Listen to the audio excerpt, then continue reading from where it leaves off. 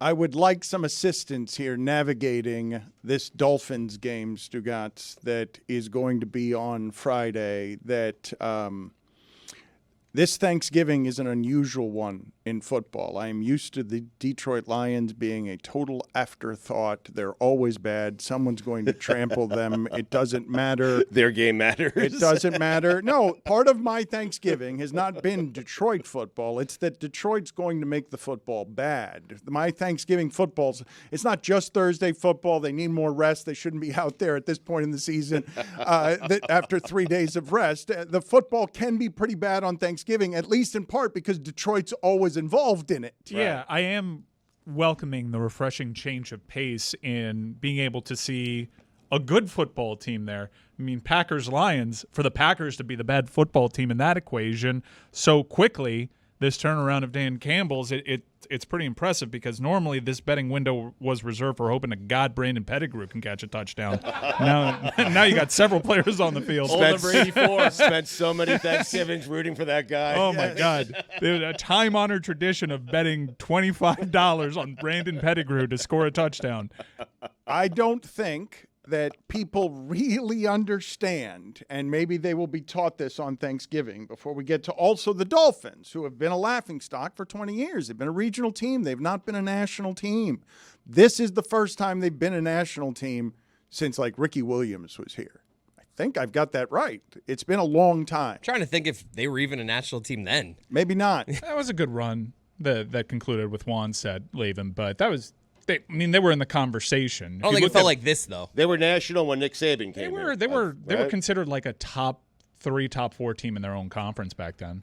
You've got the Dolphins debuting last night on Hard Knocks. They're a national team this year because of offense, because they're good at offense, because they have Tyreek Hill, and because people have taken interest in Tua. Being a national storyline primarily because your offense has not been a thing since the early 90s. So we'll get to the Dolphins in a second, but Stugotz asked me yesterday when we were leaving for some reason, Dan, are you going to watch that Barry Sanders documentary? And I am not interested in the Barry Sanders documentary. I have found Barry Sanders' play to be electric, his personality to not be, and that team ruined him and Calvin Johnson. They both quit. That's how bad the Lions have been. It's not just that they haven't been 8-2 since 1960s, Stugotz. 1960s, when people were going to baseball games in suits and fedoras. 1960s. In my lifetime, I have a 4-year-old daughter. I am approaching my 40s. I have seen the Lions win one playoff game. And I don't really recall it, but Eric Kramer It was apparently made Kramer. it to an He NFC had a big championship game. He had a game. big game, yeah. It was a little bit before my recollection of that. Oh, Wayne Fonts?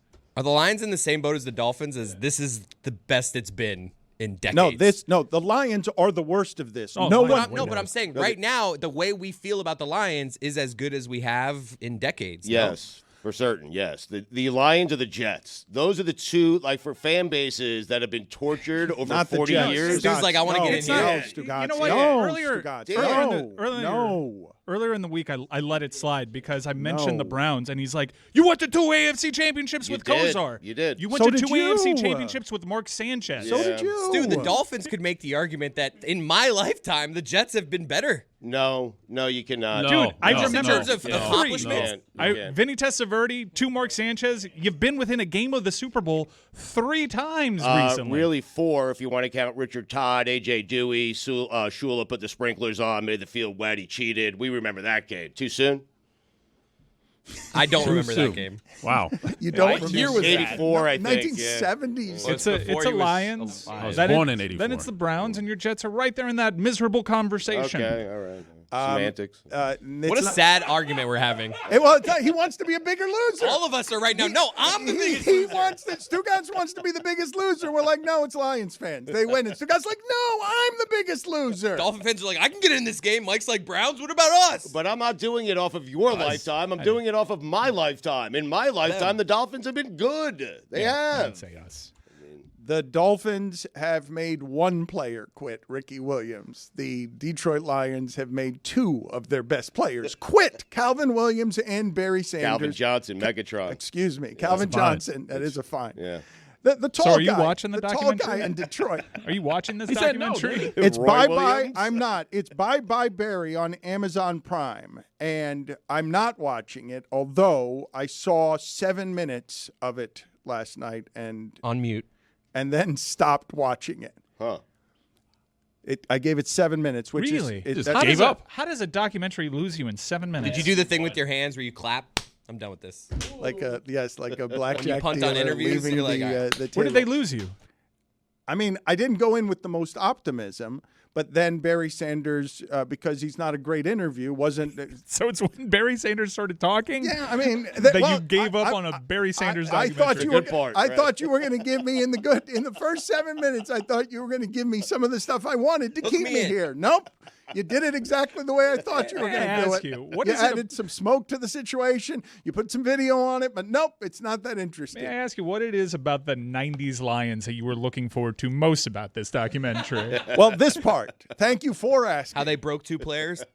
Nope. I've got another part. Perhaps, Chris Cody, even though you didn't live during this time either, your father, you remember, is famous for trading Dan Marino, the greatest offensive time that most appeared like this one for the Dolphins, for Scott Mitchell. After which, and I wish we could find this, he did a local television interview where they pixelated his face in front of the Miami Herald building and altered his voice because he wrote a column trading Dan Marino because the Dolphins had Scott Mitchell. Is it the most famous column in the history of this market? Sports column, probably. Yes. How about him? Yes. It's the last risk he took. Yes, that it scarred him. But so now what's happened, Stugotz, is that very same Scott Mitchell is being quoted in the Detroit News. I just watched Bye Bye Barry on Amazon Prime. Again, this is someone that Greg Cody traded Dan Marino to make room for Scott Mitchell. I'm glad it's not a different one. That would be strange. Quote, it was not a very pleasant experience. I was Barry Sanders' teammates for 5 years. I had a front row seat to some of the most amazing plays in NFL history. He will never have an equal as a pure runner in the NFL. I could argue that there were several running backs that were more complete, but I won't. What? Barry was great. However, I am so tired of hearing how I was the reason that Barry Sanders never won a Super Bowl. I'm so tired of hearing how I was not a good quarterback. My only response is, fuck you all. That includes Eminem and Jeff Daniels. Jeff Daniels. Yeah. All right, you just sold the hell out of this documentary. I was scanning my brain, and I think my very first football memory ever was a Lions adjacent memory. The paralysis of Mike Utley, I think, is my first vivid football memory. Oh, that was in the first 7 minutes of Oh, what I man. And you turned it off. Well, this is what happened. Well, Barry started talking. Oh. I actually the nerve on his own documentary.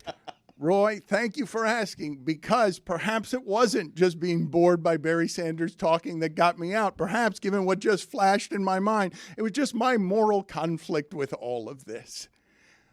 They showed one of the starting lineups in Barry Sanders' first game, and at that time, Mike Utley's name was on the screen, and he was playing. He could walk, and now he's paralyzed. So maybe somewhere in there, I'm like, okay, now I'm going to check out. Yeah, it's like 5-year-old me watching that and really confused as to what was happening. And now it's kind of become routine.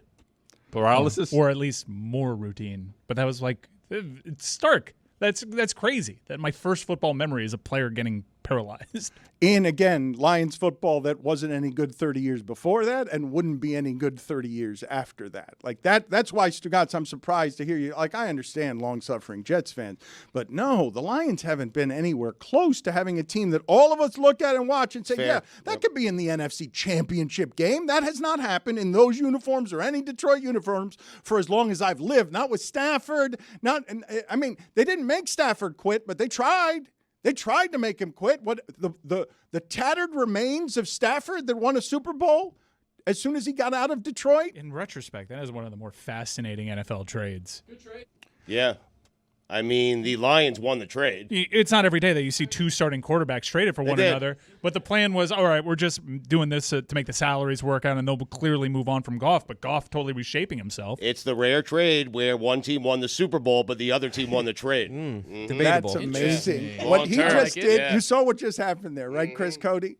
He is so prisoner of the moment that the way that Jared Goff played in the last game, where he threw 3 interceptions but brought them back, means that the Lions won that trade, even though, yes, you remember correctly. I think maybe he forgot, even though we just said it. No, I remember. The Rams did win a Super Bowl. Yeah, right. He's been with this Goff take for about 2 years now. He's not going to let it go. I mean, they have a quarterback, the Lions do, for the next 12 years. Stafford's going to be slow done down. in 3 years. 12 years? Goff is good, man. Dude, How old is he? They didn't just get Goff from that deal. Like, the total haul ended up being Goff, Laporta, who's been a really nice pickup, better than Brandon Pettigrew, some would Don't say. bail him out on this. Jamari- He's saying strictly Jared Goff is why they won. You have Gibbs, you have Pashaw, like that. Thank you. Well, you've got a bonus good. God Bless Football coming out here today because Stugotz has, in fairness to Stugotz, he has been since the beginning. And I made fun of that trade like everybody made fun of that trade. Why are the Lions taking the Goff contract? That's clearly a McVay product. He's not going to be able to do it for Dan Campbell. Now, he has been good for them. They're also great at running the football, and they're going to stampede the Packers, who are bad at stopping the run. So they can just run the ball. But to see Goff be a surprise when he's leading them back to beat Chicago, and I expect it, even though he's thrown 3 interceptions, that I expect the Lions. You trust Jared Goff to come back in that game. I trust them to be good at offense. You also trust the Bears to blow that game. I trust the Lions to be good at offense, and they're running the ball. They have balance, and this might be the best Lions team of my lifetime. I've seen the one. I've seen all the others, and this one is better offensively than those, and I can't believe I'm saying that about Jared Goff. It's a crazy notion to think when you project, and I know the Eagles just won a really impressive game at Arrowhead, a game that the Lions also won, might I remind you. It kind of looks like the Super Bowl is going to go through Detroit. It's very likely that they have home field advantage and a first-round bye. They're going to be a game within a game of the Super Bowl. Just before the postseason gets underway. I've got to say it to be viral. This is the best Detroit Lions team of my entire lifetime.